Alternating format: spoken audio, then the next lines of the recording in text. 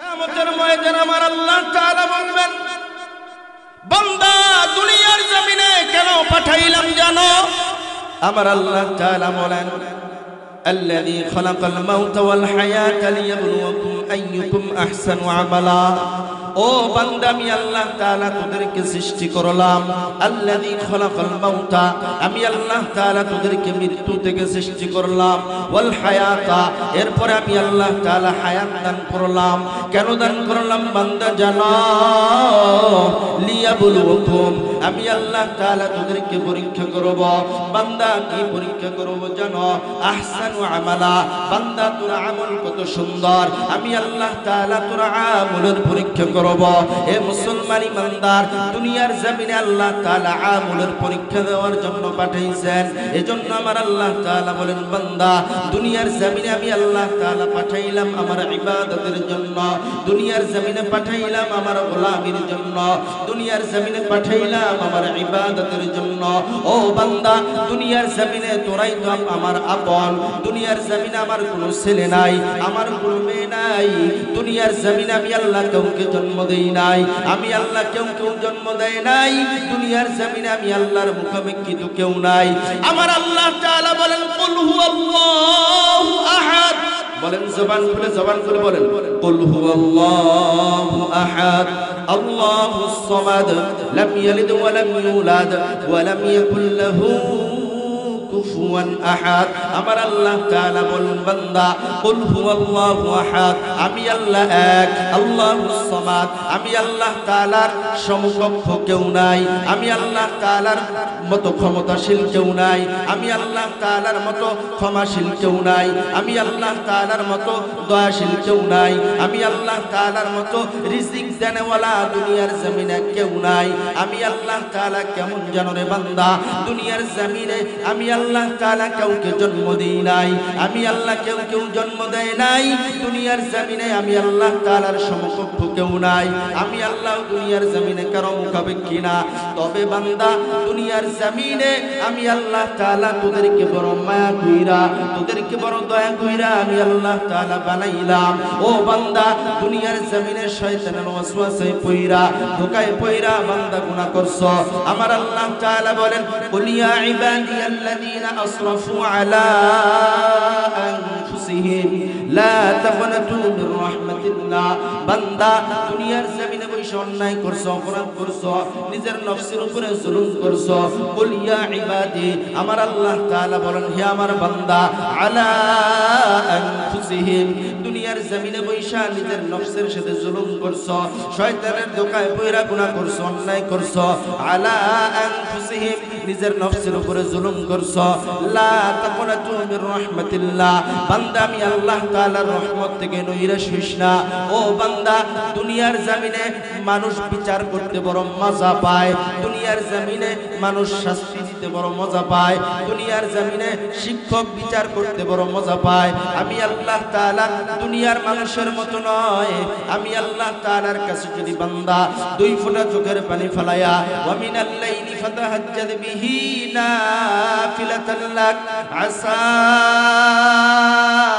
আইয়াবআসাকা রাব্বুকা মাকামান মাহমুদা।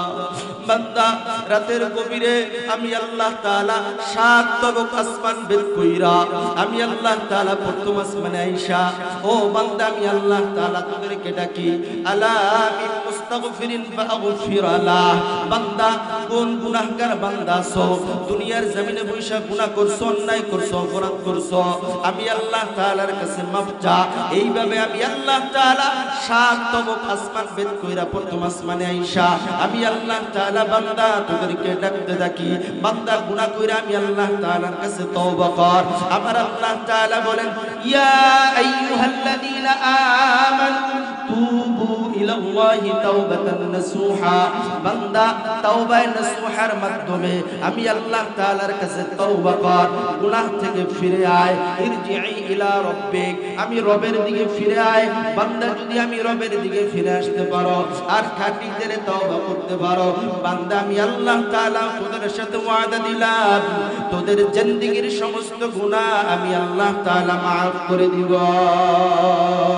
এ মুসলমান ইমানদার, দুনিয়ার জমিনে বৈশা অন্যায় করছো, অপরাধ করছো, নিজের নফসের উপরে জুলুম করছো, শয়তানের ধোঁকায় পইরা গুনাহ করছো, আমি আল্লাহ তাআলা এই যে সোফার উপরে বসলাম, এই সোফাটা ভিতরে কাঠ দিয়ে তৈরি হয়েছে।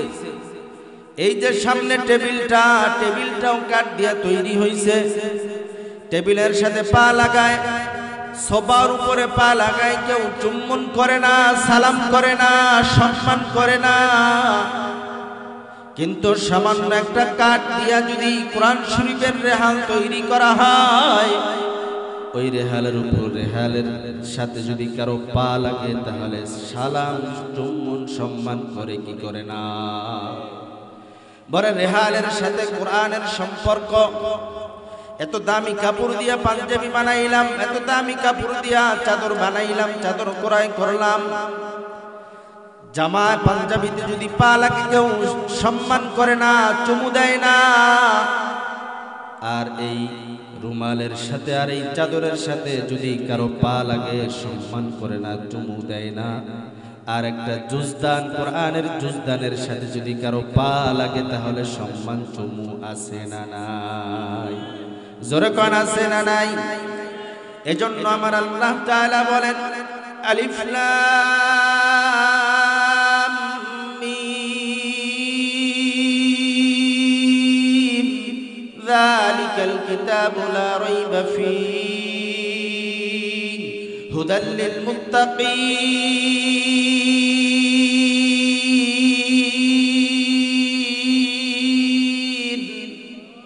জোরে বলেন আল্লাহু আকবার।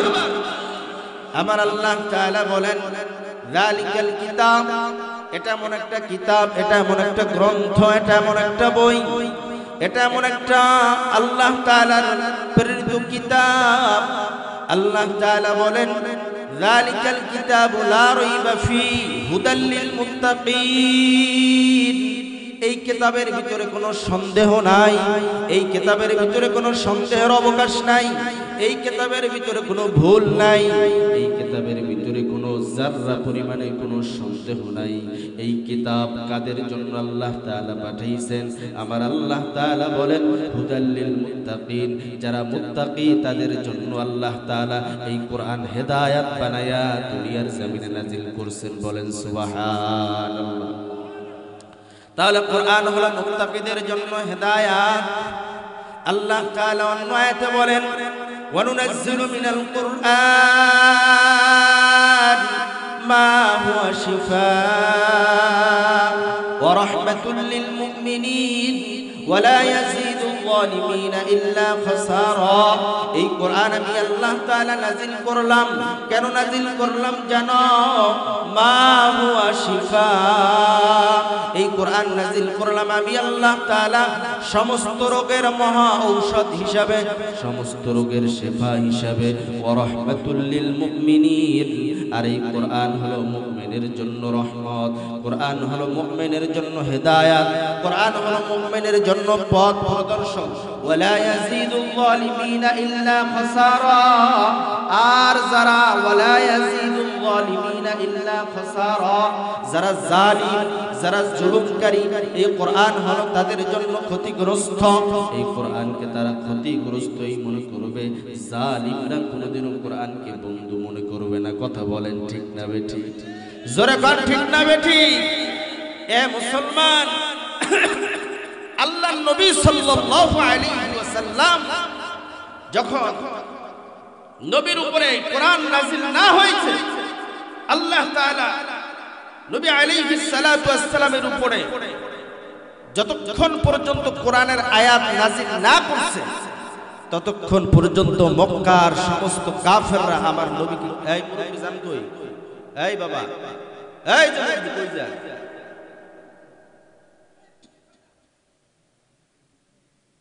একজন আমার বয়ান করব কিন্তু আমার চোখ সবার দিকে থাকে। আপনাদের পরিবেশটা দেখে ভালো লাগছে, এই জন্য বয়ান আল্লাহ তাআলা উঠাইতেছে। আপনাদের খারাপ লাগেনি? হ্যাঁ, কিছু সময় বয়ান করি নাকি? এ মুসলমান ইমানদার আল্লাহর গোলাম, আমার পয়গম্বরের উপরে যখন কোরআনের আয়াত নাজিল না হয় তখন মক্কার লোকেরা আমার পয়গম্বরকে বলেন আল আমিন। যখন আল্লাহ তাআলা পয়গম্বরের উপরে কোরআনের আয়াত নাজিল করলেন, পয়গম্বরকে বললেন পয়গম্বর ইয়াতলু আলাইহিম আয়াতি, ও পয়গম্বর কোরআনের আয়াত পয়রা, তাফসীর পয়রা, তরজমা কইরা মক্কার জমিনে কালেমার দাওয়াত দেন। আল্লাহ তাআলার পক্ষ থেকে অর্ডার হয়ে গেছে। আল্লাহ তাআলা বলেন, পয়গম্বর আপনার উম্মতদের মাঝে আপনি মেসেজ দেন, আমার বান্দাদের মাধ্যমে মধ্যে আপনি দাওয়াত দেন। কি দাওয়াত দিবেন? ইয়া আইয়ুহান নাস কুলু লা ইলাহা ইল্লাল্লাহ তুফলিহুন। আল্লাহ তাআলা বলেন, পয়গম্বর আপনি দাওয়াত দেন, ইয়া আইয়ুহান নাস, হে মানুষ সকল, কুলু লা ইলাহা ইল্লাল্লাহ, তোমরা বলো কুলু লা ইলাহা ইল্লাল্লাহ, এক আল্লাহ ছাড়া আর কোনো উপাস্য নাই, এক আল্লাহ ছাড়া আর কোনো মাবুদ নাই, এক আল্লাহ ছাড়া আর কোনো রব নাই। তুফলিহুন, এই কালেমার দাওয়াত যদি তোমরা অন্তরে বিশ্বাস করো, এই অন্তরে যদি স্থাপন করতে পারো, তুফলিহুন, তাহলেই তোমরা সফল কাম হয়ে যাবা।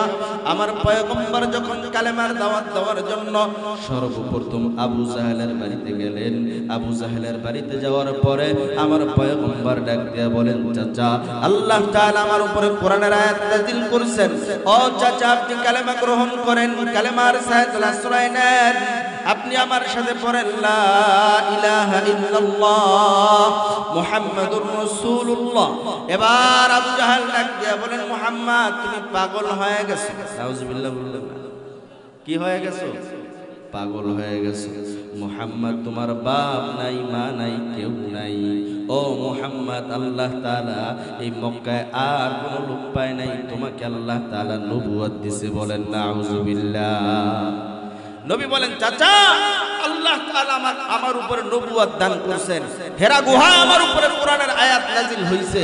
হে মুসলমান ইমানদার, যখনই পয়গম্বর কালেমার দাওয়াত দেওয়া শুরু করলেন, যেই মক্কার লোকেরা আমার পয়গম্বরকে বলছেন আল আমিন, ওই মক্কার লোকেরাই আমার পয়গম্বরের শত্রু হয়ে গেছে। কথা বলেন ঠিক না বেঠিক? তো নবীওয়ালা কাজগুলা এখন সমাজের ভিতরে বাস্তবায়ন করবে কারা? নবী আলাইহিস সালাতু ওয়াস সালাম যখন বিদায় হজের ভাষণ দিলেন, আল্লাহ তাআলা কোরআনের আয়াত নাযিল করলেন, আল ইয়াউমা আকমালতু লাকুম দীনাকুম ওয়া আতমামতু আলাইকুম নি'মাতি ওয়া রাদিতু লাকুমুল ইসলাম দীনা। ও পয়গম্বর, আপনার মাধ্যমে আমি আল্লাহ তাআলা আজকে দ্বীনকে পরিপূর্ণ করলাম, আপনার মাধ্যমে দ্বীনকে সমাপ্ত করলাম। পয়গম্বর, আমি এই দ্বীন শুরু করেছি আদম নবীর মাধ্যমে, সমাপ্ত করলাম আপনি নবীর মাধ্যমে। সাহাবায়ে কেরাম বলেন, ইয়া রাসূলুল্লাহ, আপনি পয়গম্বর ইন্তেকালের পরে আমরা কার কাছ থেকে ইলম শিখব, মাসআলা শিখব, দ্বীন শিখব? নবী বলেন, ইন্নাল উলামা ওয়ারাসাতুল আম্বিয়া। ও সাহাবায়ে কেরাম, আমার বিদায়ের পরে আমার ইলমের ওয়ারিস হবে হক্কানি উলামায়ে কেরাম। আল্লাহ তাআলা নবী আলাইহিস সালাতু ওয়াস সালাম যখন বললেন যে আমার ইন্তেকালের পরে, বিদায়ের পরে আমার ইলমের ওয়ারিস হবে হক্কানি উলামায়ে কেরাম, এবার সাহাবায়ে কেরাম বলেন, ইয়া রাসূলুল্লাহ, ইয়া হাবিবাল্লাহ, এই হক্কানি উলামায়ে কেরাম কারা? আল্লাহ তাআলা কোরআনের আয়াত নাযিল করে জানাই দিলেন, ইন্নামা ইয়াখশাল্লাহা মিন ইবাদিহিল উলামা।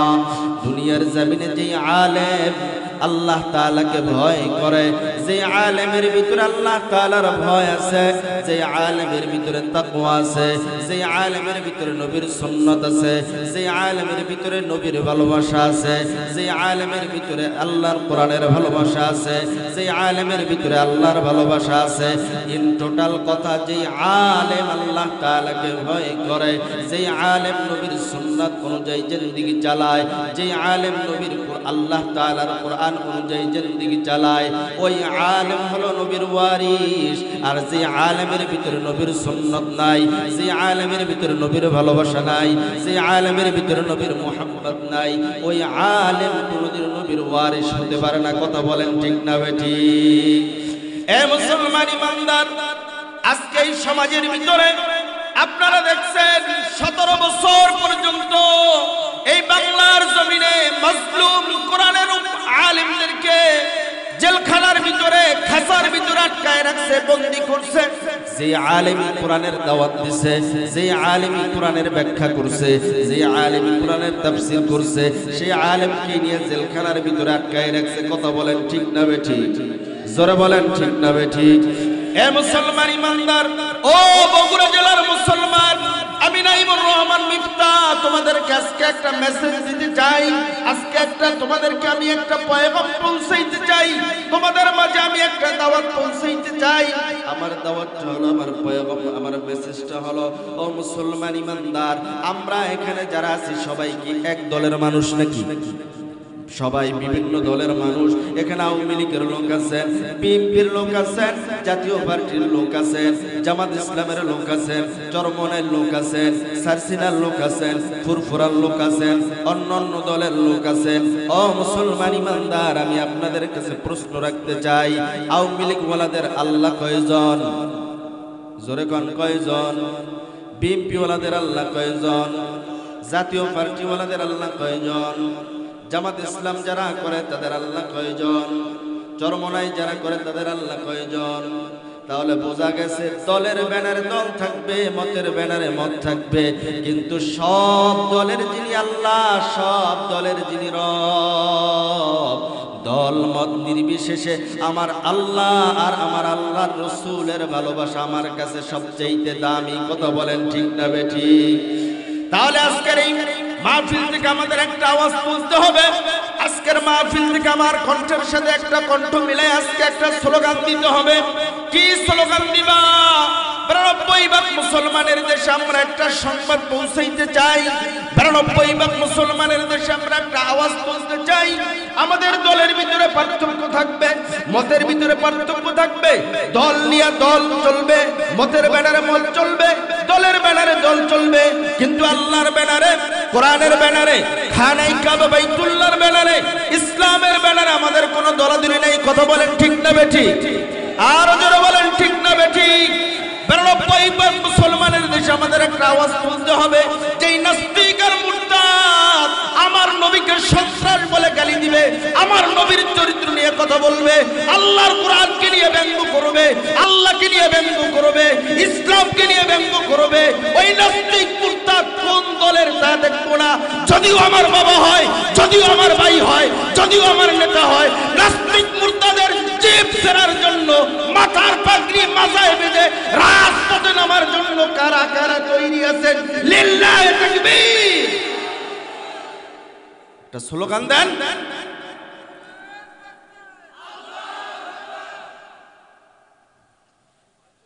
সব হয়েছে নারমরা। বুঝছিলাম যে আমি আইছি নারমরাইয়া, সব নার মরে গেছে। 2 হাত জাগান সবাই, যা আছে কপালে দেখুন গেল সকালে জাগান। 2 হাত, 2 হাত জাগান। শরীরের ভিতরে শক্তি যোগাইতে হবে। বগুড়ার মুসলমান তো হিম্মতওয়ালা মুসলমান, ইমানের পাওয়ার কি আছে আজকে আমি দেখতেই ছাড়ব ইনশাআল্লাহ। 2 হাত জাগান। দেখবো জুয়ান গো আওয়াজ জোরে হয় না বুড়ো গো আওয়াজ জোরে হয়? কাদের পাওয়ার বেশি? বিয়াতওয়া লাগো না বিয়াতওয়া লাগো? দেখাই দিতে হবে ইনশাআল্লাহ। এমন একটা স্লোগান দিবেন যে স্লোগানটা একেবারে রাস প্রাসাদ পর্যন্ত, সংসদ ভবন পর্যন্ত যাতে পৌঁছে যায়। কোরআনের আলো ঘরে ঘরে জ্বলে না, ঘরে অনেক জ্বলছে, এবার সংসদে জ্বালাইতে। কথা বলেন না কেন? আল কোরআনের আলো সংসদে জ্বলো। কোথায় জ্বালাইবেন? আল কোরআন কোথায় জ্বালাইবেন? সবার জ্বালানি দেখছেন, সবার ক্ষমতার পাওয়ার দেখছেন, এবার একটু কোরআনের ক্ষমতার পাওয়ার দেখেন। কোরআন সুন্নাহ মোতাবেক জিন্দেগি চালানোর চেষ্টা করেন। আল্লাহর কোরআন আর নবীর সুন্নাহ অনুযায়ী যদি বাংলার জমিন পরিচালিত হয়, কোন সুদখোর, ঘুষখোর, বেনামাজি এই বাংলার জমিনে মাথা উঁচু করে কথা বলতে পারবে না। কথা বলেন ঠিক না বেঠিক? এজন্য আল কোরআনের আলো কোথায় জ্বলবে? সংসদে। 2 হাত জাগান। নারায়ে তাকবীর, নারায়ে তাকবীর। আল কোরআনের আলো, আল কোরআনের আলো সংসদে জ্বলো। নাস্তিক মুরতাদেরা হুঁশিয়ার, সাবধান। নাস্তিক মুরতাদেরা, ইসলামের দুশমনেরা, আল্লাহর দুশমনেরা, নবীর দুশমনেরা, আল কোরআনের আলো, আল হাদিসের আলো, নারায়ে তাকবীর। উনি মনে হয় কোন দলের জানি, আর তো জায়গায় নেই। চাদরের মধ্যে 2টা হাত দিয়ে এমন ভাবে বইছে, মনে করছে বাইর করলে কিনা আবার ঠান্ডা লাগবে। কারণ চতুর্দিকে এমন ভাবে শীত আইতেছে মনে করছে যে গায়ে লাগে এই জন্য না আমি কোন দলের হয়ে কমন আওয়ামী লীগ না বিএনপি এটা কওয়ার লেগে আমি এনো আই নাই উনি আজ জাগায় নাই জাগাইছে হ্যাঁ জাগায় নাই এজন্য যারা আজ জাগাইছেন তাদের হাতটা কিন্তু এই ক্যামেরায় বন্দী হয়েছে আর আল্লাহর ফেরেশতার ক্যামেরায় বন্দী হয়েছে কথা বলেন না কেন সূরা ইয়াসিনের আয়াত আল্লাহ তাআলা বলেন আল ইয়াওমা নাখতিমু আলা আফওয়াহিহিম ওয়া তুকাল্লিমুনা আইদিহিম ওয়া তাশহাদু আরজুলুহুম বিমা কানু ইয়াকসিবুন আমার আল্লাহ তাআলা বলেন আল ইয়াওমা নাখতিমু আলা আফওয়াহিহিম ওয়া তুকাল্লিমুনা আইদিহিম ওয়া তাশহাদু আরজুলুহুম বিমা কানু ইয়াকসিবুন ও যুবক ভাইরা ও পর্দার অন্তরালের মা বোনেরা আজকে ঘরের ভিতরে বৈশা বৈশা তুমি গোপনে গুনাহ করো গোপনে অন্যায় করো গোপনে তুমি খারাপ নেকের ছবিগুলা দেখো গোপনে তুমি অন্যায় করতেছো গুনাহ করতেছো ঘরের দরওয়াজাগুলা সব আটকাই দিলা জানালাগুলা সব আটকাই দিলা এ মুসলমান ইমানদার আমি আপনাদের কাছে প্রশ্ন রাখতে চাই ঘরের দরওয়াজা জানালা সব আটকাই দিয়া তুমি যদি ঘরের ভিতরে বৈশা গুনাহ করো দুনিয়ার কেউ যদি না দেখে একজন যিনি দেখেন তিনি কে জোরে বলেন না তিনি কে ওই আল্লাহকে জবান খুলে ডাক দেন আল্লাহ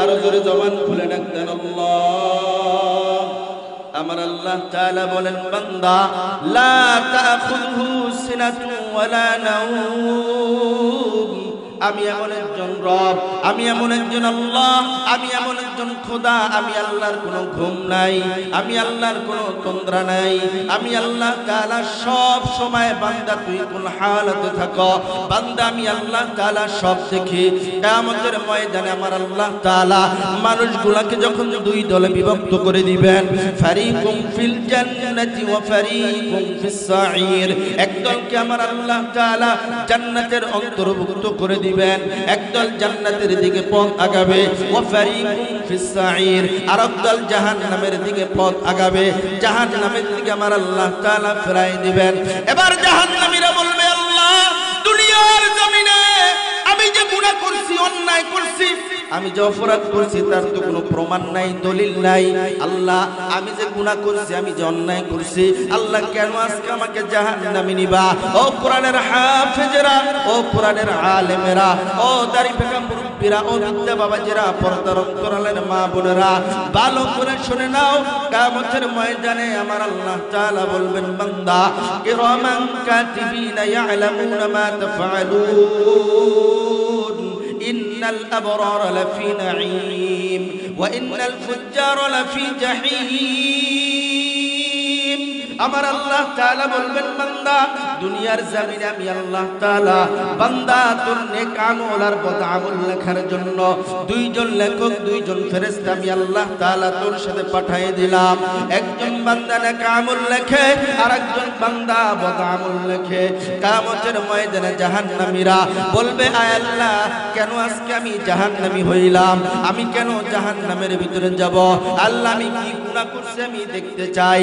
আমার আল্লাহ তাআলা কুরআনুল কারীমের ভিতরে জানায় দেন মিথ্যা বললে আল্লাহ জবানটাকে বন্ধ করে দিবেন হাফেজরা আলেমরা ধরায় দিবেন কিয়ামতের ময়দানে আমার আল্লাহ তাআলা জাহান্নামীদেরকে বলবেন ও জাহান্নামীরা ইকরা পড়ো কিতাবাকা তোমার আমলনামা তোমার বই কাফা বিনাফসিকাল ইয়াউমা আলাইকা হাসিবা আজকের এই দিনে তুমি তোমার আমলনামা পড়ার জন্য যথেষ্ট হয়ে যাইবা আজকের এই দিনে তুমি তোমার আমলনামা পড়ো জাহান্নামীদেরকে যখন আমল দেওয়া হবে জাহান্নামীদেরকে যখন কিতাব দেওয়া হবে জাহান্নামীরা আফসোস করবে আর বলবে মালি হাযাল কিতাব লা ইউগাদিরু সগীরাতাও ওয়ালা كبيرا ولا كبيرة إلا أحصاها জাহান্নামীরা কিয়ামতের ময়দানে কি বলবে জানো জাহান্নামীরা বলবে হায় হায় মালি হাদাল কিতাব এটা আমার জীবনের কেমন কিতাব এটা আমার জীবনের কেমন বই এটা আমার জীবনের কেমন গ্রন্থ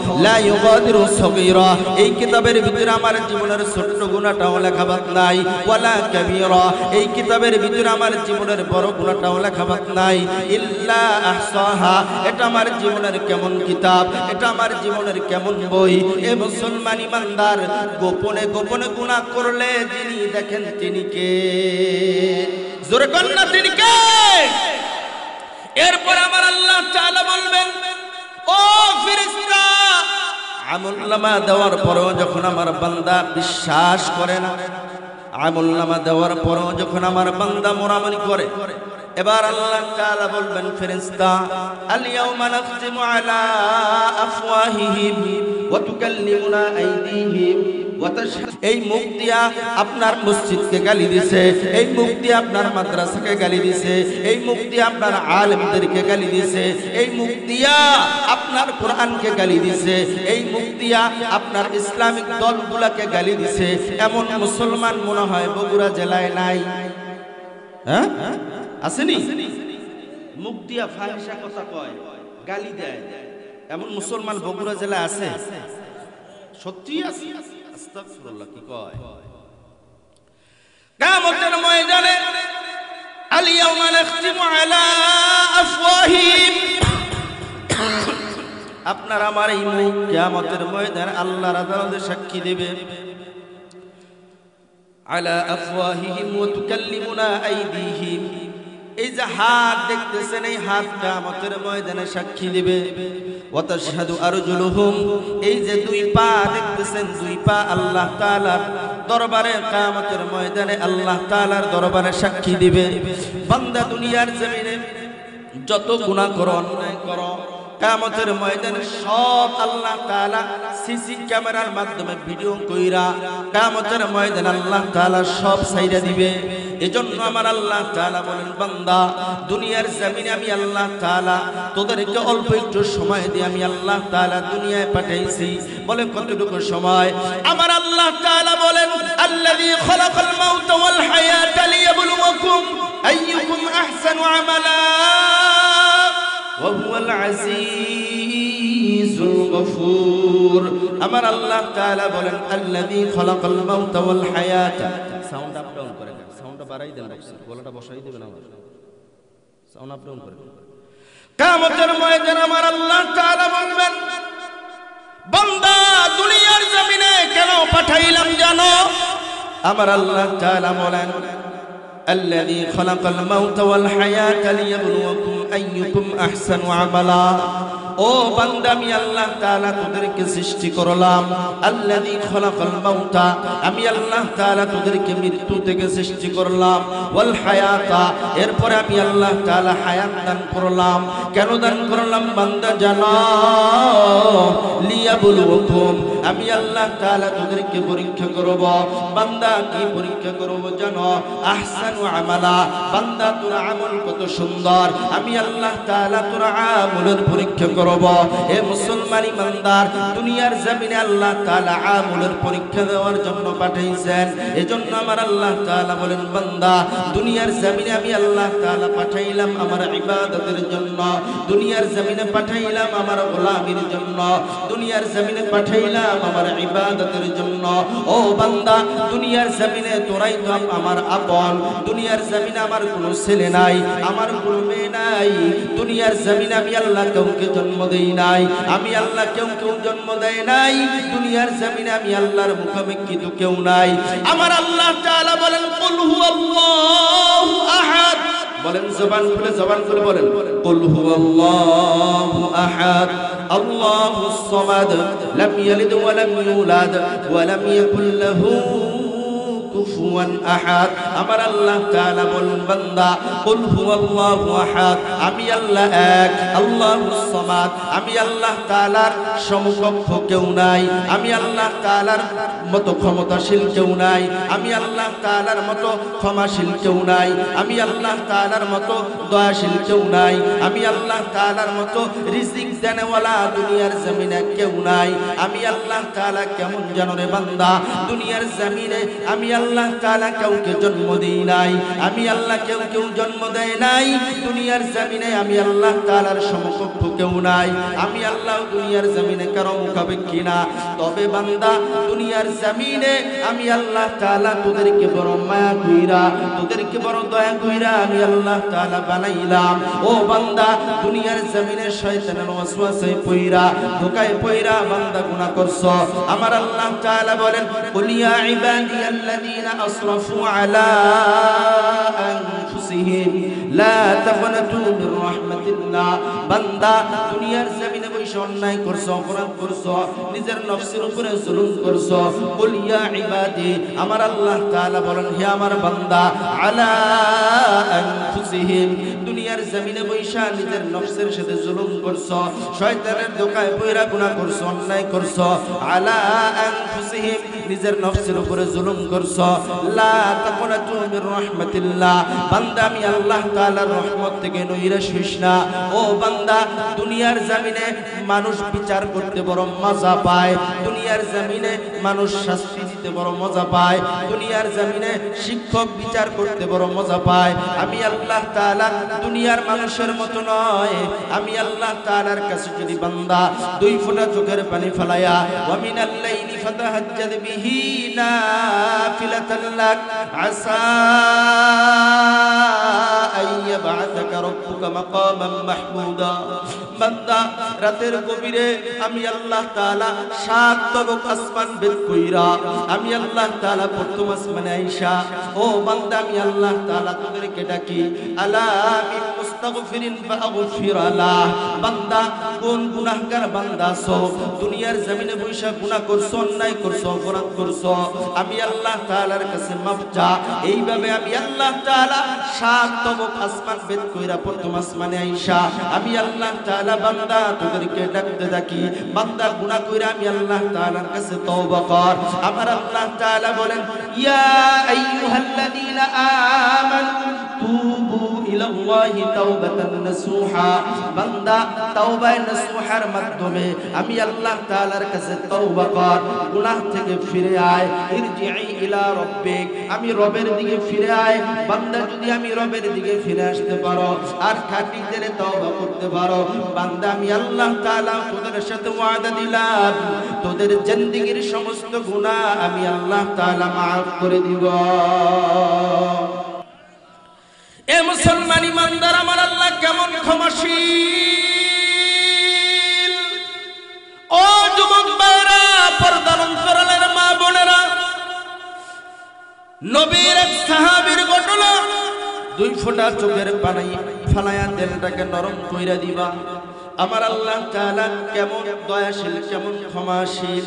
এ মুসলমান ইমানদার আল্লাহর গোলাম, ও যুবক ভাইরা, পর্দার অন্তরালের মা বোনেরা, আমি নাইমুর রহমান মিফতার কোনো ইলম নাই, কালাম নাই, আমল নাই, যোগ্যতা নাই, মুরব্বিদের দোয়া, উস্তাদের দোয়া, ভালোবাসা নিয়া সেই বরিশাল থেকে বগুড়ার জমিনে আপনাদের মাঝে কালেমার দাওয়াত পৌঁছাইতে আসলাম। আজকের মাহফিল থেকে এই আলোচনার মাধ্যমে একটু হেদায়েতের মালা নিয়ে আল্লাহ তাআলা গলায় পরায়, এটাই আমার চিন্তা, এটাই আমার চেষ্টা, এটাই আমার মুজাহাদা। এ মুসলমান ইমানদার, আল্লাহ তাআলা কেমন ক্ষমাশীল। আমার আল্লাহ তাআলা চান তার বান্দাকে মাফ করে দিতে। এ মুসলমান ইমানদার আল্লাহর গোলাম, যুবক ভাইরা হাতে পায়ে ধইরা বইলা যাই রে যুবক, দুনিয়ার জমিনে তুমিও থাকতে পারবা না, আমিও থাকতে পারবো না। কোন দিন যেন মালাকুল মউত আজরাইল চলে আসে, কোন দিন যেন তোমার জানটা কবজ হয়ে যায়, কোন দিন যেন আমার জানটা কবজ হয়ে যায়, তুমিও জানো না, আমিও জানি না। আমার আল্লাহ তাআলা দুনিয়ার জমিনে তোমাকে পাঠাইছে আল্লাহর ইবাদতের জন্য। ও যুবক ভাই, কতটুকু আল্লাহ তাআলার ইবাদত করলা, কতটুকু নবীর সুন্নাহ অনুযায়ী জিন্দেগি চালাইলা, একটু তোমার জিন্দেগির সাথে মিলায়া তারপরে ওই কবর পথের যাত্রী হইল ভাইয়েরা। এ মুসলমান ইমানদার খলিফাতুল মুসলিমিন হযরত ওমর ফারুক রাদিয়াল্লাহু তাআলা আন পয়গম্বরের সাথে সাক্ষাৎ করার জন্য, পয়গম্বরের সাথে মুলাকাত করার জন্য, পয়গম্বরের সাথে দেখা করার জন্য হযরত ওমর ফারুক রাদিয়াল্লাহু তাআলা আন পয়গম্বরের কাছে মসজিদ নববীতে রওনা হয়ে গেছে। হযরত ওমর মদিনার চৌরাস্তা আসার পরে দেখতেছেন একজন যুবক মদিনার চৌরাস্তায় মাটির সাথে গা লাগায়া গড়াগড়ি কইরা কান্নাকাটি করতেছে। হযরত ওমর ফারুক রাদিয়াল্লাহু তাআলা আন যুবককে ডাক দিয়া বলেন, ও যুবক, দুনিয়ার কোন জিনিস তোমাকে কাঁদায়? এই মদিনার চৌরাস্তার ভিতরে মাটির ভিতরে গড়াগড়ি কইরা কেন তুমি কান্নাকাটি করো রে যুবক? যুবক কোনো জবাব দেয় না। যুবক শুধু কান্না করতেই থাকে, কান্না করতেই থাকে, কান্না করতেই থাকে। ওমর ফারুক রাদিয়াল্লাহু তাআলা আন যুবককে ডাক দিয়া বলেন, যুবক, দুনিয়ার কোন জিনিস তোমাকে কাঁদায়? কি এমন কারণ তুমি যেই কারণে কান্না করো? যুবক ডাক দিয়া বলেন, ও ভাই ওমর, আমার কান্নার কথা শুনে আপনার কোনো লাভ নাই। আপনি যদি পারেন আমাকে আপনার পয়গম্বরের কাছে নিয়ে চলেন, আমাকে আপনার পয়গম্বরের কাছে নিয়ে যান। এ মুসলমান ইমানদার, ও যুবক ভাইরা, দুই ফোঁটা চোখের পানি ফালায়া দেলটাকে নরম কইরা দাও। হযরত ওমর ফারুক রাদিয়াল্লাহু তাআলা এবার পয়গম্বরের কাছে যুবককে নিয়ে যায়। যুবককে নিয়ে যাওয়ার পর হযরত ওমর ফারুক পয়গম্বরের কাছে বলেন, পয়গম্বর, এই যুবক মদিনার চৌরাস্তায় বৈশা গড়াগড়ি কইরা কান্নাকাটি করে, কারণ জিজ্ঞাসা করলে কোনো কারণ বলে না রে পয়গম্বর। ও পয়গম্বর, এই যুবক কেনই কান্না করে আমি জানি না। পয়গম্বর যুবককে ডাক দিয়া বলেন, যুবক, তুমি কেন কান্না করো বলো? যুবক ডাক দিয়া বলেন, পয়গম্বর, আমার কান্নার কারণ আমি বলতে পারবো না, কারণ আমি বড় অন্যায়কারী, আমি বড় গুনাহগার, আমি বড় জুলুমকারী। ও পয়গম্বর, আমার গুনাহ অনেক বেশি হয়ে গেছে, আমার গুনার পরিধি অনেক বেশি হয়ে গেছে, এই জন্য আমি আপনার কাছে বলতে পারবো না। পয়গম্বর ডাক দিয়া বলেন, ও যুবক, তোমার গুনাহ কি এই আসমান আর জমিনের চাইতে অনেক বড়? যুবক ডাক দিয়া বলেন, পয়গম্বর, আমার গুনাহ এই আসমান আর জমিনের চাইতে অনেক বড়। এবার যুবককে পয়গম্বর ডাক দিয়া বলেন, যুবক, তোমার গুনাহ কি 7 তবক আসমান আর 7 তবক জমিনের চাইতে অনেক বড়? যুবক ডাক দিয়া বলেন, পয়গম্বর, আমার গুনাহ এই 7 তবক আসমান আর 7 তবক জমিনের চাইতে অনেক বড়। এবার পয়গম্বর ডাক দিয়া বলেন, কি গুনাহ করছো? হাল আশরাকতা বিল্লাহ, তুমি কি আল্লাহর সাথে কাউকে শরীক করছো? যুবক বলে, না ইয়া রাসূলুল্লাহ, ইয়া হাবিবাল্লাহ, আমি আল্লাহর সাথে কাউকে শরীক করি নাই। এবার আল্লাহর পয়গম্বর ডাক দিয়া বলেন, হাল কাতালতা নাফসা, তুমি কি কাউকে হত্যা করছো? যুবক ডাক দিয়া বলেন, পয়গম্বর, আমি কাউকে হত্যাও করি নাই। এবার পয়গম্বর ডাক দিয়া বলেন, যুবক, কাউকে হত্যাও করো নাই, আল্লাহর সাথে শিরকও করো নাই, কি এমন গুনাহ করছো বলো? যুবক ডাক দিয়া বলে, ইয়া রাসূলুল্লাহ, ইয়া হাবিবাল্লাহ, আমি একজন পেশাদার কাফন চোরা। মদিনার বাজারে আমি কাফনের কাপড় চুরি কইরা মদিনার বাজারে গোপনে গোপনে বিক্রি কইরা আমি সংসার চালাই। ও পয়গম্বর, কিছুদিন আগে আপনার একজন আনসারী মহিলা সাহাবী, কোরআনের হাফেজা, দুনিয়ার জমিন থেকে বিদায় নিয়ে চলে গেছে রে পয়গম্বর। ও পয়গম্বর, তার দাফন কাফন করার পর আমি যখন ওই কবরের ভিতরে কাফনের কাপড় চুরি করার জন্য রাতের গভীরে যখন আমি ওই কবরের ভিতরে নামলাম, নামার পরে যখন আমি 5 টুকরা কাপড় আমি যখন খুইলা হাতের ভিতরে নিলাম, হাতের ভিতরে নেওয়ার পরে শয়তানের ধোকায় পইরা, শয়তানের ওয়াসওয়াসায় পইরা আমি ওই মেয়েটা কোরআনের হাফেজার সাথে আমি জিনায় লিপ্ত হয়ে গেলাম, গুনাহে লিপ্ত হয়ে গেলাম। ও পয়গম্বর, আমি যখন জিনা আর গুনাহ করার পরে আমি যখন অনুতপ্ত হইলাম, এমন সময় ওই যুবতীর মতো ওই মহিলা কণ্ঠে একটা গাইবে আওয়াজ আসলো, ও যুবক, আমি এমন একজন মেয়ে, আমি এমন একজন নারী, দুনিয়ার জমিনে আমাকে কোনো ভিন পুরুষ দেখে নাই, দুনিয়ার জমিনে আমি কারোর সাথে সাক্ষাৎ দেই নাই, দুনিয়ার জমিনে আমি কারোর সাথে দেখা দেই নাই। আজকে তুমি আমাকে অপবিত্র বানাইলা, আজকে তুমি আমাকে নাপাক বানাইলা। কিয়ামতের ময়দানে আমি তোমার বিরুদ্ধে আল্লাহ তাআলার দরবারে মামলা করব। ও পয়গম্বর, এই কথাটা বলার পরে আমি আর নিজেকে সামলাইতে পারলাম না। এজন্য পয়গম্বর, আমি মদিনার চৌরাস্তায় বৈশা বৈশা গড়াগড়ি দিয়া কান্নাকাটি করতেছিলাম। হযরত ওমর ফারুক বলতেছে, হায় হায়, তোমার গুনাহ তো অনেক বড় গুনাহ। পয়গম্বর যখন ওমর ফারুক রাদিয়াল্লাহু তাআলা এই কথা বললেন, পয়গম্বর বলেন, হ্যাঁ তোমার গুনাহ তো অনেক বড় গুনাহ। এবার যুবক ডাক দিয়া চলে যায়, কারণ নবীরা তো মুস্তাজাবুদ দাওয়া, নবীরা দোয়া করতে দেরি হয়, নবীদের দোয়া কবুল করতে যিনি দেরি করেন না তিনি কে? জোরে কোন তিনি কে? যুবক এবার চলে গেলেন পাহাড়ের চূড়া। যাওয়ার পরে এবার যুবক খুব কান্নাকাটি করতেছে। এমন কান্নাকাটি করে যুবক, কাঁদতে কাঁদতে দুই চোখের কোনা দিয়া ঘা হয়ে গেছে, চোখ দিয়া রক্ত পড়ে।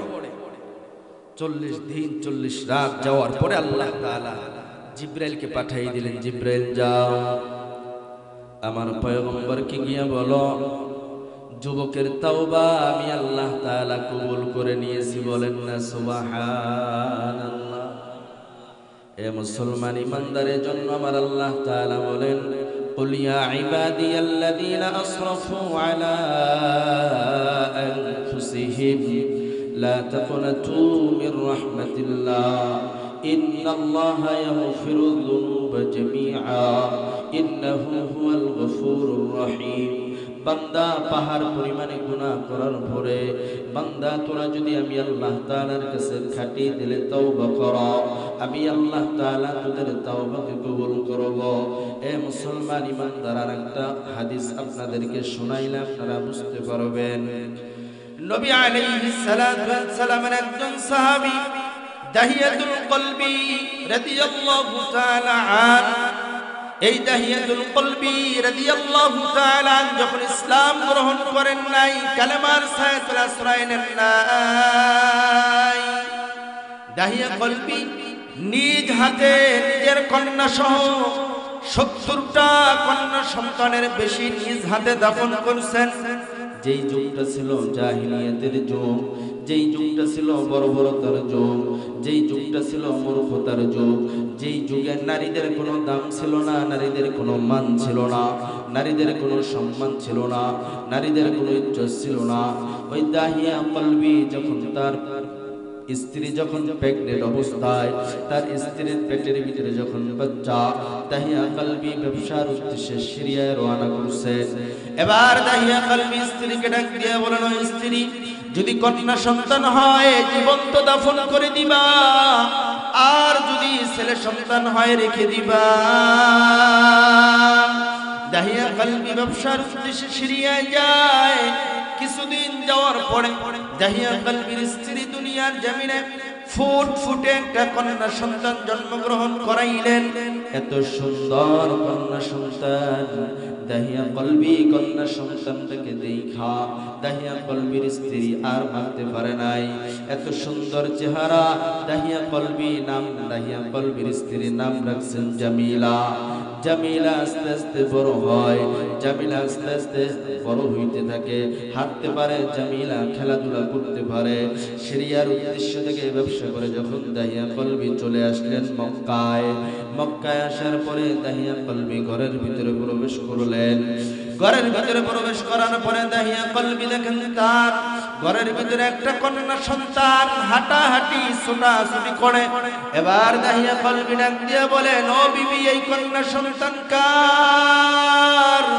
দাহিয়া কলবির স্ত্রী ডাক দিয়ে বলেন, প্রাণের স্বামী, এই কন্যা সন্তান আপনার। এত সুন্দর চেহারা হয়েছে, এই জন্য নাম রাখছে জামিলা। জামিলাকে আর মারতে পারি নাই। ও প্রাণের স্বামী, জামিলাকে আর হত্যা করতে পারি নাই। ও প্রাণের স্বামী, কন্যা সন্তানটা আপনার, এই জন্য নাম রাখলাম জামিলা। এবার দাহিয়া কলবি ডাক দিয়ে বলেন, ঠিক আছে, জামিলাকে সুন্দর মতো সাজায় দাও, সুন্দর মতো সাজায়া নতুন পোশাক পরায়া জামিলাকে আমার সাথে তৈরি করে দাও।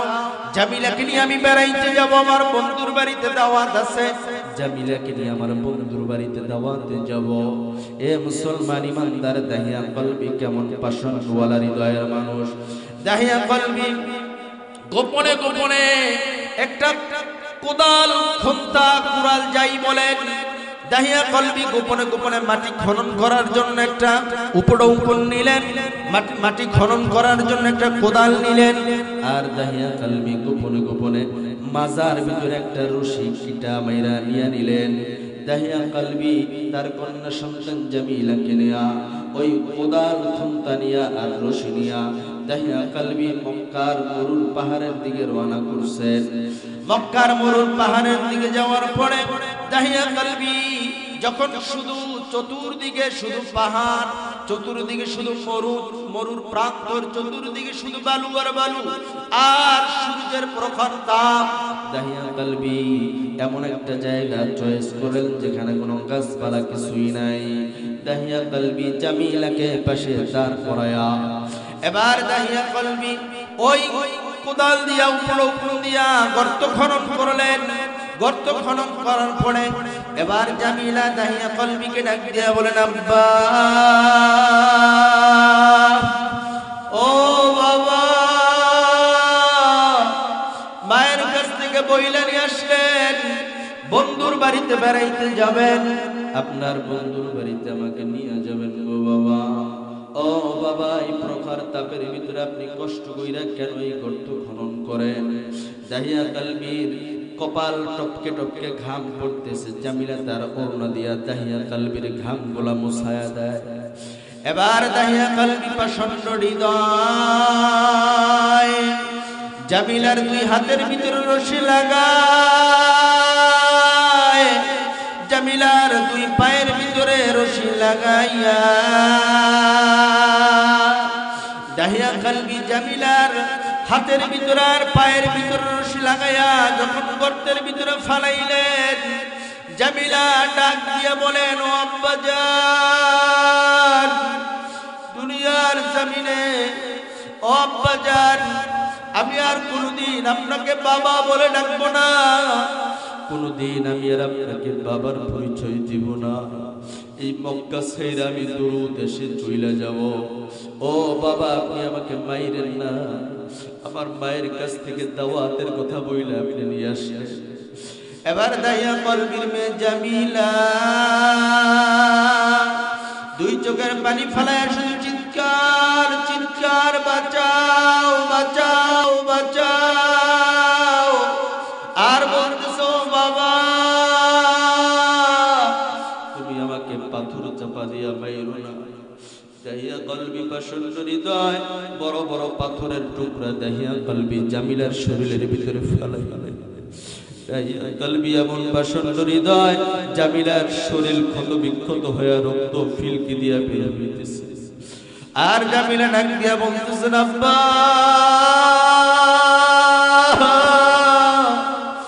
আমাকে আর মাইরেন না, আমাকে আর কষ্ট দিয়েন না রে আব্বা। দাহিয়া কলবি এত প্রচন্ড হৃদয়, দিলটা নরম হয় না, জামিলার জন্য একটু মায়াও হয় না, দয়াও হয় না। দাহিয়া কলবি জামিলাকে হত্যা করলেন, দুনিয়ার জমিন থেকে বিদায় করে দিলেন। এবার দাহিয়া কলবির মনটা অস্থির হয়ে গেছে। হায় হায়, আমি কি করলাম? আমি তো নিজের সাথে জুলুম করছি, অন্যায় করছি। আমার কন্যা সন্তানটাকে আমি কেন জীবন্ত দাফন করলাম? এবার পয়গম্বরের কাছে চলে যায় দাহিয়া কলবি। পয়গম্বরের কাছে যাওয়ার পরে দাহিয়া কলবি বলেন, পয়গম্বর, আমি বড় গুনাহগার, আমি বড় অপরাধী রে পয়গম্বর। যখন পয়গম্বর বললেন, কি অপরাধ করছো বলো? এবার দাহিয়া কলবি পয়গম্বরের কাছে সব খুইলা বললেন। পয়গম্বর বলেন, ও মক্কার লোকেরা, ও মক্কার নারীরা, ও মক্কার যুবকেরা, ও মক্কার বাবারা, আজ থেকে আর মক্কার জমিনে কোন নারীদেরকে জীবন্ত দাফন করা হবে না। বলেন না সুবহানাল্লাহ। এর সাথে পয়গম্বর ঘোষণা দিলেন, ও মক্কার মানুষেরা, আজ থেকে আর মক্কায় কোন নারীদেরকে জীবন্ত দাফন করা হবে না। দাহিয়া কলবি খাঁটিদের তওবা করলেন, আল্লাহ তাআলা দাহিয়া কলবির তওবাকে কবুল করলেন। কারণ আমার আল্লাহ তাআলা বলেন, কুল ইয়া ইবাদিয়াল্লাযীনা আসরাফু আলা আনফুসিহিম লা তাকনাতু মির রাহমাতিল্লাহ। আমার আল্লাহ তাআলা বলেন, বান্দা, দুনিয়ার জমিনে পাহাড় পরিমাণে গুনাহ করছো, অন্যায় করছো, অপরাধ করছো। হে আমার বান্দা, আলা আনফুসিহিম, নিজের নফসের উপরে জুলুম করছো। লা তাকনাতু মির রাহমাতিল্লাহ, আমি আল্লাহ তাআলার রহমত থেকে নিরাশ হওয়া যাবে না। আমি আল্লাহ তাআলার রহমত থেকে নিরাশ হওয়া যাবে না। এ মুসলমান ইমানদার, দাহিয়া কলবির তওবাকে আমার আল্লাহ তাআলা এমন ভাবে কবুল করছেন, হাদিসের ভিতরে আসছে, মাঝে মাঝে এই দাহিয়া কলবির সূরত আর চেহারা নিয়া, মাঝে মাঝে জিব্রাইলের দাহিয়া কলবির সূরত নিয়া জিব্রাইল মাঝে মাঝে পয়গম্বরের কাছে হাজির হইতেন। বলেন সুবহানাল্লাহ। এজন্য পয়গম্বর বললেন যে আজকে থেকে আর জীবন্ত কোনো কন্যা সন্তানকে দাফন করা হবে না, কারণ যার একটা কন্যা সন্তান হবে সে একটা জান্নাতের অধিকারী। সুবহানাল্লাহ বলেন। যার দুইটা কন্যা সন্তান হবে সে দুইটা জান্নাতের অধিকারী, আর যার তিনটা কন্যা সন্তান হবে সে আমি পয়গম্বরের সাথে আল্লাহর জান্নাতে প্রবেশ করবে। বলেন সুবহানাল্লাহ। কারণ নবী তার মেয়েদেরকে বেশি ভালোবাসছে, এত ভালোবাসছে, নবী আলাইহিস সালাতু ওয়াস সালাম কোথাও সফর করে আসার পরে সর্বপ্রথম কোথাও সফর রওনা করলে সবার শেষে ফাতেমার সাথে দেখা কইরা তারপরে সফরে যাইতেন। আর সফর শেষ করে আইসা সবার আগে হযরত ফাতেমার সাথে, নবীর আদরের কন্যা হযরত ফাতেমার সাথে দেখা করতেন। নবী এত ভালোবাসতেন মেয়েদেরকে। নবী আলাইহিস সালাতু ওয়াস সালাম ফাতেমাকে মা ছাড়া কোনো কথা বলেন নাই। যেই ফাতেমা এত কষ্ট করেছেন স্বামীর ঘরে, স্বামীর সংসারে, যে ফাতেমার ব্যাপারে বলা হয়, ও ফাতিমাতু সাইয়্যিদাতু নিসাই আহলিল জান্নাহ, জান্নাতের ভিতরে সমস্ত নারীদের সরদারিনী হবেন হযরত ফাতেমা। সুবহানাল্লাহ বলেন, জোরে বলেন না সুবহানাল্লাহ। এই মুসলমান ইমানদার, এই ফাতেমা রাদিয়াল্লাহু তাআলা আনহা যখন নবী আলাইহিস সালাতু ওয়াস সালাম অসুস্থ হয়ে গেছেন, নবী আলাইহিস সালাতু ওয়াস সালাম এমন অসুস্থ হয়ে গেলেন, নবী আলাইহিস সালাতু ওয়াস সালাম উঠতেও পারেন না, বসতেও পারেন না, দাঁড়াইতেও পারেন না, এত পরিমাণে অসুস্থ আমার পয়গম্বর। বেলাল আযান দিছেন, আযান দেওয়ার পরে পয়গম্বর বারবার চেষ্টা করতেছেন নামাজের মুসল্লায় দাঁড়ানোর জন্য, নামাজের মুসল্লায় যাওয়ার জন্য, কিন্তু পয়গম্বর মাথা জাগায় আর পয়গম্বর অসুস্থ হয়ে আবার মাথা নোয়া পইরা যায়। এবার নামাজের সময় হয়ে গেছে, মসজিদে নববীতে সমস্ত সাহাবায়ে কেরামের ভিতরে কান্নার রোল পড়ে গেছে। সবাই পরামর্শ করলেন, যাও আবু বকর পয়গম্বরের কাছে যাও, পয়গম্বরের কাছে গিয়া পয়গম্বরের হালাত দেখো, পয়গম্বরের কাছে নামাজের অনুমতি আনো, পয়গম্বরের কাছে নামাজের অনুমতি নিয়ে আসো। আবু বকর ডাক দিয়ে বলেন, আমি পারবো না পয়গম্বরের কাছে নামাজের অনুমতি আনতে যাওয়া। এবার ওমরকে প্রস্তাব দিলেন, ওমরও বলেন আমিও পারবো না। উসমানকে প্রস্তাব দিলেন, উসমান বলেন আমিও পারবো না। আলীকে প্রস্তাব দিলেন, আলীও বলেন আমিও পারবো না। সবাই পরামর্শ করে বললেন, ঠিক আছে, পয়গম্বরের কাছে আজকে একজন ব্যক্তি যাবে, তিনি হলেন পয়গম্বরের মুয়াজ্জিন হযরতে বেলাল। সুবহানাল্লাহ বলেন। এ মুসলমান ইমানদার, ও যুবক ভাইরা, পরদার অন্তরালের মা বোনেরা, বেলাল রাদিয়াল্লাহু তাআলা আন পয়গম্বরের কাছে অনুমতি নিয়া হযরত আবু বকরের ইমামতিতে মসজিদে নববীতে নামাজ শুরু হয়ে গেছে, ফজরের নামাজ। এবার আমার পয়গম্বর কিছুক্ষণ যাওয়ার পরেই আমার পয়গম্বর মাথা জাগানোর জন্য চেষ্টা করতেছেন। হযরত আয়েশা সিদ্দিকা রাদিয়াল্লাহু তাআলা আনহা পয়গম্বরের মাথাটা জাগায়া মসজিদে নববীর দিকে ফিরায়া দিলেন। এবার পয়গম্বর মুস্কি মুস্কি হাসতেছেন। আর পয়গম্বর বলেন, ও আয়েশা, তুমি কি জানো কেন আমি হাসলাম? আয়েশা বলেন, না পয়গম্বর, আপনি তো অসুস্থ, কেন হাসলেন? পয়গম্বর বলেন, আয়েশা, আমি কেন হাসছি এটা হলো আমার খুশির হাসা। এবার কিছুক্ষণ যাওয়ার পরে আবার পয়গম্বর কান্না শুরু করে দিলেন। আম্মা জানা আয়েশা সিদ্দিকা রাদিয়াল্লাহু তাআলা আনহা বলেন, ও পয়গম্বর, এখন কেন কাঁদেন? এবার পয়গম্বর ডাক দিয়ে বলেন, আয়েশা, এই নামাজ কায়েম করার জন্য, এই কালেমার দাওয়াত দেওয়ার জন্য, ইসলামের দাওয়াত দেওয়ার জন্য আমি যখন আমার নানার বাড়ির দেশে তায়েফের জমিনে কালেমার দাওয়াত নিয়ে গেলাম, ওই তায়েফের যুবকেরা আমার শরীরের ভিতরে এমন ভাবে পাথর মারলো, আমার শরীরের ভিতরে এমন ভাবে কঙ্কর নিক্ষেপ করলো রে আয়েশা, আমার সমস্ত শরীর দিয়া ফিলকি দিয়া রক্ত বের হয়ে গেছে রে আয়েশা, আমার জুতা মুবারক রক্তে আটকে গেছে রে আয়েশা। সেই দিন প্রতিষ্ঠা হয়েছে, সেই নামাজ আজকে আমার মসজিদ নববীতে কায়েম হয়েছে।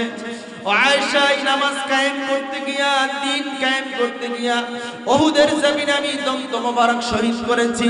আয়েশা, এই দিন কায়েম করতে গিয়া আমি পয়গম্বর নিজে সেনাপতি হইয়া 27টা যুদ্ধ। এ মুসলমান ইমানদার, এ মুসলমান ইমানদার, আমার পয়গম্বর বেশি পরিমাণে অসুস্থ হয়ে গেছে। এবার আমার পয়গম্বরের কাছে জিবরাইল আসলেন, সাথে আরেকজন সাহাবী আসলেন, হযরতে আজরাইল আলাইহিস সালাতু ওয়াস সালাম। আমার পয়গম্বর জিবরাইলকে বলেন, জিবরাইল, তোমার সাথে যে সাহাবীকে দেখতেছি, এই সাহাবীকে তো আগে কখনো দেখি নাই। এবার জিবরাইল বলেন, পয়গম্বর, এই সাহাবী হলো হযরতে আজরাইল। এবার হযরতে ফাতেমা ডাক দিয়ে বলেন, আব্বা জান, আজরাইল তো আপনার জান কবজ করার জন্য আসছে মনে হয়। এবার আম্মা জান হযরতে ফাতেমা ডাক দিয়ে বলেন, ও আব্বা জান, আজরাইল তো আপনার জান মনে আজকে কবজ করে নিয়ে যাবে, আজরাইল মনে আপনার জান কবজ করার জন্য আসছে। ফাতেমা শুধু কান্নাকাটি করতেছে, কান্নাকাটি করতেছে। ফাতেমা চিল্লায় চিল্লায় কান্নাকাটি করে। এবার পয়গম্বর হযরতে ফাতেমার কানের সাথে মুখটা লাগাইলেন। মুখটা লাগায়া পয়গম্বর ফাতেমাকে ডাক দিয়ে বলেন, ও ফাতেমা, আমি পয়গম্বরের ইন্তেকালের পরে সর্বপ্রথম তোমার সাথে আমার মুলাকাত হবে, জান্নাতের ভিতরে তোমার সাথে আমার দেখা হবে, জান্নাতের ভিতরে তোমার সাথে আমার সাক্ষাৎ হবে। ফাতেমাকে এই কথা বলার পরেই ফাতেমা হেসে দিলেন।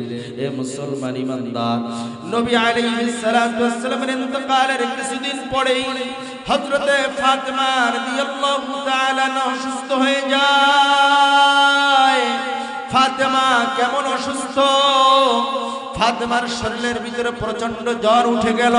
ফাতেমার শরীরের ভিতরে ঝাঁকি বেড়ে জ্বর উঠে গেছে, এত পরিমাণে অসুস্থ হয়ে গেছে ফাতেমা। ওই রাত্রে আমার পয়গম্বর ফাতেমাকে স্বপ্ন দেখাইলেন, ফাতেমা, সাহারি খাইছো আলীর ঘরে, ইফতারি করবা আমি পয়গম্বরের সাথে জান্নাতে। বলেন সুবহানাল্লাহ। এ মুসলমান ইমানদার, ও বগুড়া জেলার মুসলমান, ও যুবক ভাইরা, ও পর্দার অন্তরালের মা বোনেরা, আর লম্বা আলোচনা করব না, সংক্ষিপ্ত করে দেব রে মা। ফাতেমা কেমন নারী ছিল একটু আলোচনাটা খেয়াল করে শুনবা গো মা। ফাতেমা রাদিয়াল্লাহু তাআলা আনহা ফজরের নামাজের পরে ইশাকের আমল না কইরা, না শেষ কইরা নামাজের মুসাল্লা থেকে বের হন না। হযরতে ফাতেমা ওই দিন ইশাকের আমল না কইরেই নামাজের মুসাল্লা ত্যাগ কইরা হযরতে ফাতেমা রান্নাঘরে চলে আসলেন। রান্নাঘরে আসার পরে হযরতে ফাতেমা রাদিয়াল্লাহু তাআলা আনহা একটা পাত্রের ভিতরে কিছু আটার খামিরা তৈরি করলেন, আরেকটা পাত্রের ভিতরে হাসান হুসাইন এবং আলীর কাপড় চোপড় ভিজাইলেন, আরেকটা পাত্রের ভিতরে গরম পানি তৈরি করলেন। এবার আলী রাদিয়াল্লাহু তাআলা আনহা মসজিদ নববী থেকে আসার পরে ঘরের ভিতরে চতুর্দিকে ফাতেমাকে খুঁজতে করে কোথাও ফাতেমাকে পাওয়া যায় না। ফাতেমা ঘরের ভিতরে কোথাও নাই। হযরত আলী পাগল হয়ে গেছে, ফাতেমা কোথায় গেল? এবার হযরত আলী যখন রান্নাঘরে চলে যায়, রান্নাঘরে যাওয়ার পরে দেখে ফাতেমার শরীরের ভিতরে প্রচন্ড জ্বর। অসুস্থ শরীর নিয়া ফাতেমা আটার খামিরা তৈরি করে, আর ফাতেমা হাসান হুসাইন এবং আলীর কাপড় চোপড়গুলা গরম পানি দিয়ে ভিজাইলেন। আর একটা পাত্রের ভিতরে ফাতেমা গরম পানি করলেন। হযরত আলী ফাতেমার মাথার ভিতরে হাত দিয়ে বললেন, ফাতেমা, তোমার শরীরের ভিতরে তো প্রচন্ড জ্বর। এই ভোরে ফজরের নামাজের পরে সকালবেলা একটা পাত্রের ভিতরে তুমি কেন আটার খামিরা নিলা? আর একটা পাত্রের ভিতরে গরম পানি নিলা, আর একটা পাত্রের ভিতরে কাপড় চোপড় ভিজাইলা। কিছুই তো বুঝলাম না, কিছুই তো বুঝলাম না। এবার ফাতেমা দুই চোখের পানি ফেলায় বলতেছেন, প্রাণের স্বামী, ও প্রাণের স্বামী,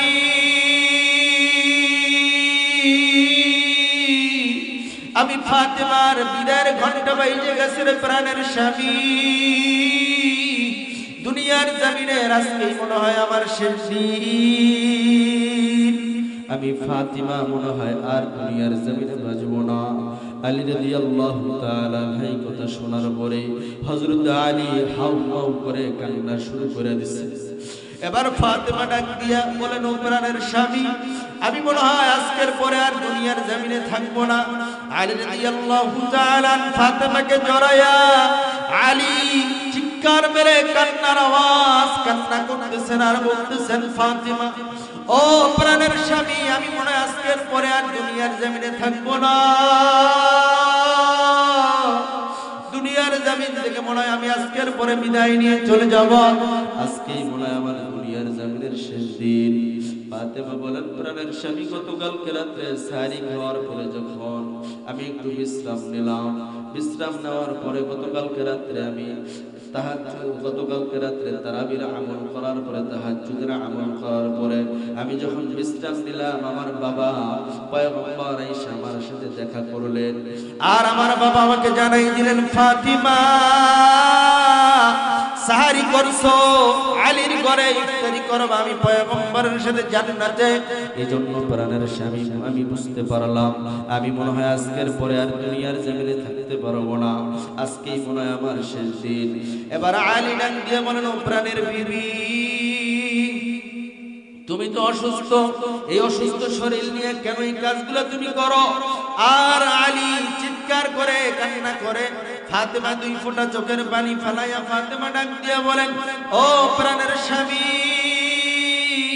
আমার ইন্তেকালের পরে হাসান হুসাইনের কাপড় চোপড় কে ধুয়া দিবে? আপনার কাপড় কে ধুয়া দিবে? ও প্রাণের স্বামী, এজন্য আপনার কাপড়গুলা আমি হাসান হুসাইনের কাপড়গুলা ধুয়া দিয়া যাই। আর আলী রাদিয়াল্লাহু তাআলা বলেন, তাহলে এই আটার খামিরাগুলা কেন তৈরি করলাম? এবার ফাতেমা ডাক দিয়া বলেন, প্রাণের স্বামী, আমার ইন্তেকালের পরে এক সপ্তাহ যেন আপনারা এই আটার রুটি খাইতে পারেন, এজন্য বেশি পরিমাণে আটার রুটি তৈরি করে যাব। এবার ফাতেমাকে আলী রাদিয়াল্লাহু তাআলা ডাক দিয়া বলেন, ও ফাতেমা, তাহলে এই পাত্রের ভিতরে কেন এত গরম পানি করলাম? এবার ফাতেমা ডাক দিয়া বলেন, প্রাণের স্বামী, আমার ইন্তেকালের পরে আমার গোসল যেন আর দ্বিতীয়বার করার প্রয়োজন না হয়, এই জন্য আমি আমার নিজের গোসলটা নিজেই করব।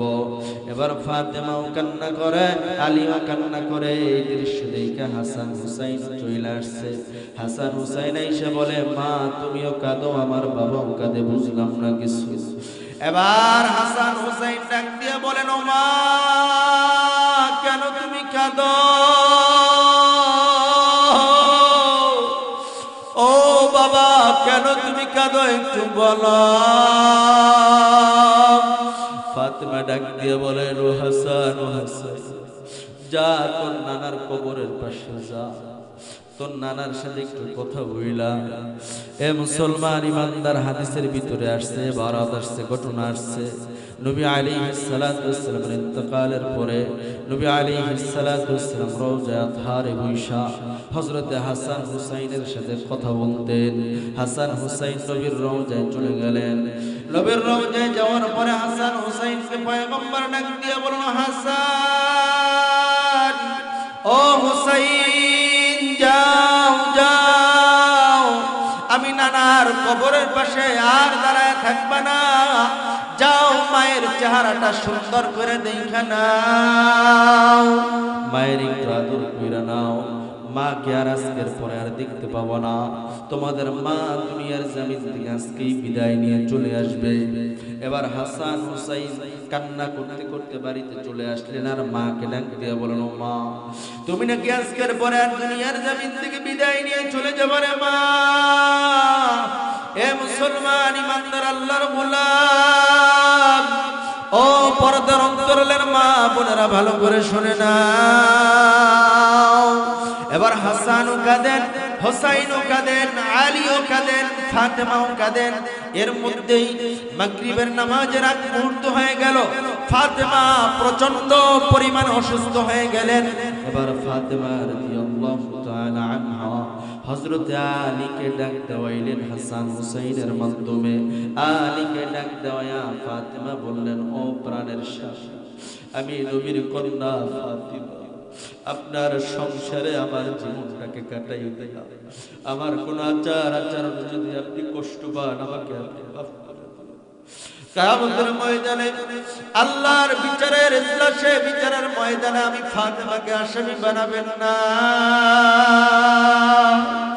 ফাতেমা ডাক দিয়ে বলেন, ও প্রাণের স্বামী,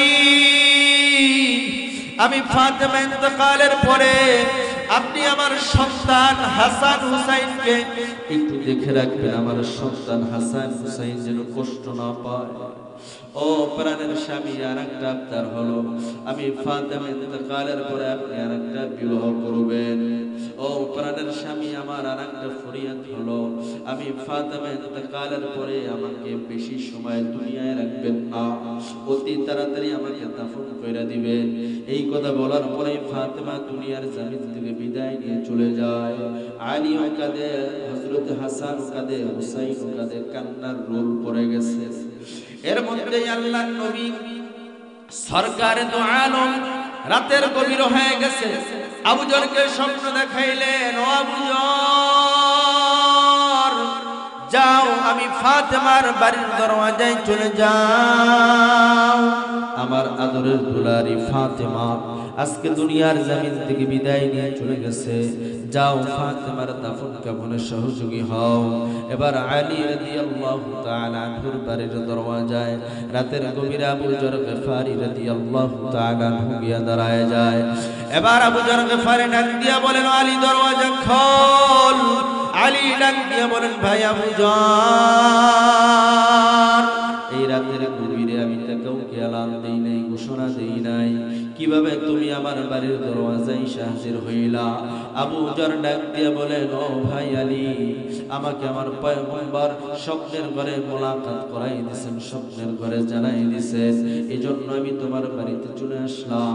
আবু যর গফারি রাদিয়াল্লাহু তাআলা আনহা হযরত আলীর পরামর্শ অনুযায়ী কবর খনন করার জন্য চলে গেলেন। কবর খনন করার জন্য যাওয়ার পরে যখন কবর খনন করলেন, কবর খনন করা শেষ হয়ে গেছে। আবু যর গফারি কবরকে তিনটা প্রশ্ন করলেন, ও কবর, তুমি কি জানো তোমার এই গর্ভের ভিতরে কাকে রেখে যাব? ও কবর, তুমি জানো না তোমার এই গর্ভের ভিতরে হযরতে হাসান হুসাইন রাদিয়াল্লাহু তাআলা আনহুমার মা হযরতে ফাতেমাকে এই কবরের ভিতরে রেখে যাব?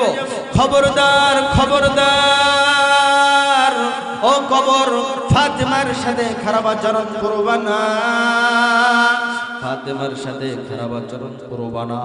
কবর ডাক দিয়া কবর কোনো জবাব দেয় না। এবার দুই নম্বরে এবার আবু যর গফারি ডাক দিয়া বলতেছেন, ও কবরের মাটি, তুমি কি জানো তোমার এই গর্ভে কাকে রেখে যাব?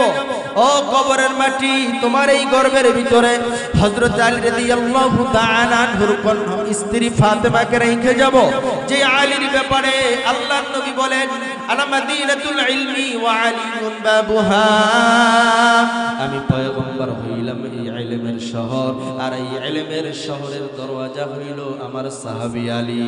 ও মাটি, তোমার এই গর্বের ভিতরে সেই আলীর স্ত্রীকে রেখে যাব। এবার 3 নম্বরে কবর ডাক দিয়া বলেন, আলী আবু যর গফারি ডাক দিয়া বলেন, ও মাটি, তুমি কি জানো তোমার এই গর্বের ভিতরে কাকে রেখে যাব? এবার মাটি ডাক আবু যর ডাক দিয়া বলেন, তোমার এই গর্বের ভিতরে হযরতে মুহাম্মদুর রাসূলুল্লাহ সাল্লাল্লাহু আলাইহি ওয়াসাল্লামের কন্যা, বিশ্বনবী সরকারে তো আলমের কন্যা হযরতে ফাতেমাকে তোমার এই গর্বের ভিতরে রেখে যাব। খবরদার, খবরদার মাটি, খারাপ আচরণ করবা না। এবার দ্বিতীয়বার যখন এই কথা বললেন, কবরের জবান খুলে যায়, কবর আওয়াজ দেয়, ও আবু যর, আনা বাইতুত তুরাব, আনা বাইতুল যুলমা, আনা বাইতুল ওয়াহদা, আমি কবর অন্ধকারের ঘর, আমি কবর একাকী ঘর, আমি কবর নবীর কন্যা ফাতেমাকেও চিনি না, আমি কবর আলীর স্ত্রী ফাতেমাকেও চিনি না, আমি কবর হাসান হুসাইনের মা ফাতেমাকেও চিনি না, আমি কবরের ভিতরে যে ঈমান আর নেক আমল নিয়ে আসবে, আমি কবর তার সাথে ভালো আচরণ করব।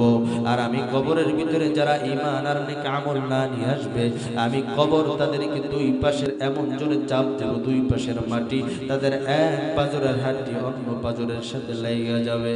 এজন্য যুবক ভাইরা, বৃদ্ধ বাবাজিরা, আজকের মাহফিল থেকে ইরাদা করো, দুনিয়ার জমিনে তুমিও থাকতে পারবো না, আমিও থাকতে পারবো না।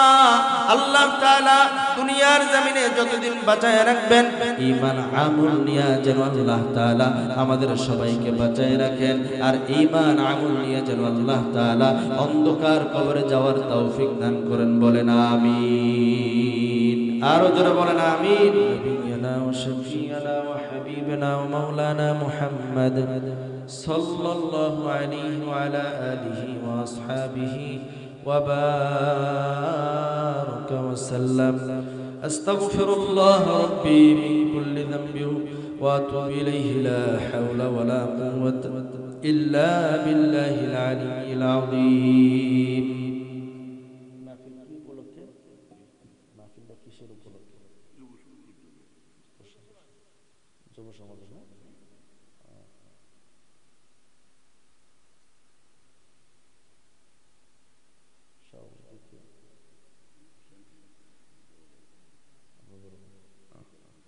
যাওকে মাহফিল, যুব সমাজের উদ্যোগে মাহফিল, আল্লাহ তাআলা এত সুন্দর একটা আয়োজন, যে যুব সমাজেরা অর্থ দিয়া, শ্রম দিয়া, মেধা দিয়া, এলাকাবাসী সহ যারা এত সুন্দর একটা আয়োজন করছে, আল্লাহ তাআলা তাদের সবাইকে কবুল করুক বলি আমিন। এ উসিলা করে আল্লাহ তাআলা যেন তাদের জীবনের সমস্ত গুনাহগুলোকে মাফ করে দেয় বলি আমিন। আল্লাহ তাআলা এই অত্র এলাকায় যত মুর্দাগান অন্ধকার কবরে শায়িত আছে, আল্লাহ তাআলা যেন সবাইকে মাফ করে দেয় বলি আমিন। আলহামদুলিল্লাহি রাব্বিল আলামিন। ربنا آتنا في الدنيا حسنة وفي الآخرة حسنة وقنا عذاب النار يا رب العالمين। আমরা কুতিফাই গুনাহগার বান্দা, রাত্র গভীর হয়ে গেছে, দুনিয়ার সমস্ত অফিস আদালতের দরওয়াজা বন্ধ হয়ে গেছে। আল্লাহ, অফিসের দরওয়াজা তো বন্ধ হয় নাই রে মালিক। পাহাড় পরিমাণে গুনার বোঝা নিয়ে হাত উঠাইলাম রে আল্লাহ। গুনার দিকে তাকাইলে তো জাহান্নামের আগুন ছাড়া কোনো উপায় নাই। আল্লাহ, আমাদের গুনার দিকে না তাকাইয়া আপনার রহমতের দিকে তাকাইয়া আপনি আমাদের জিন্দেগীর সমস্ত গুনাহগুলোকে আপনি মাফ করে দেন। আল্লাহ, আমরা যারা হাত উঠাইলাম, আমাদের মধ্যে অনেকেরই জনম দুঃখী মা, অনেকেরই জনম দুঃখী বাবা, চিরবিদায় নিয়ে অন্ধকার করে চলে গেছে। আল্লাহ, জানি না কার মা নেই, বাবা নাই, প্রত্যেকের মা বাবার কবরটাকে আপনি জান্নাতের বাগান বানায় দেন। আল্লাহ, আজকের মাহফিলকে আপনি কবুল করে নেন। আল্লাহ, যে যুব সমাজেরা আজকে এই মাহফিল আয়োজন করেছেন, প্রত্যেকটা যুবককে কবুল করে নেন। আজকের মাহফিলের জন্য যারা সহযোগিতা করেছে, প্রত্যেকের সহযোগিতাকে আপনি কবুল করে নেন। আমাদের সবাইকে খাঁটি মুসলমান হিসেবে কবুল করে নেন। আজকের মাহফিলের সভাপতি অতিথি যারা আছে, আল্লাহ সবাইকে আপনি কবুল করে নেন। আল্লাহ যে সকল আলেমরা কথা বলেছেন প্রত্যেকের কথা আমল করার তৌফিক দিয়া দেন। আমি মুসাফির মানুষ আল্লাহ ইয়া রাব্বাল আলামিন, আমার সবার উসিলায় আল্লাহ আপনি আমার জিন্দেগীর সমস্ত গুনাহগুলোকে মাফ করে দেন। আল্লাহ আমাদের সবাইকে খাঁটি মুসলমান হিসেবে কবুল করে নেন। আল্লাহ যেই দিন মৃত্যুর অন্তিম সময়ে মালাকুল মউত আজরাইল চলে আসবে, হক্কানি আলেম পাশে রেখে সূরা ইয়াসিন কানে শোনায়েন, আর খাঁটিদের তাওবা ইস্তিগফার পড়ায় দিয়েন, জবানে চালু করে দিয়েন মধুর বাণী কালিমে তাইয়্যিবা লা ইলাহা ইল্লাল্লাহু মুহাম্মাদুর রাসূলুল্লাহ।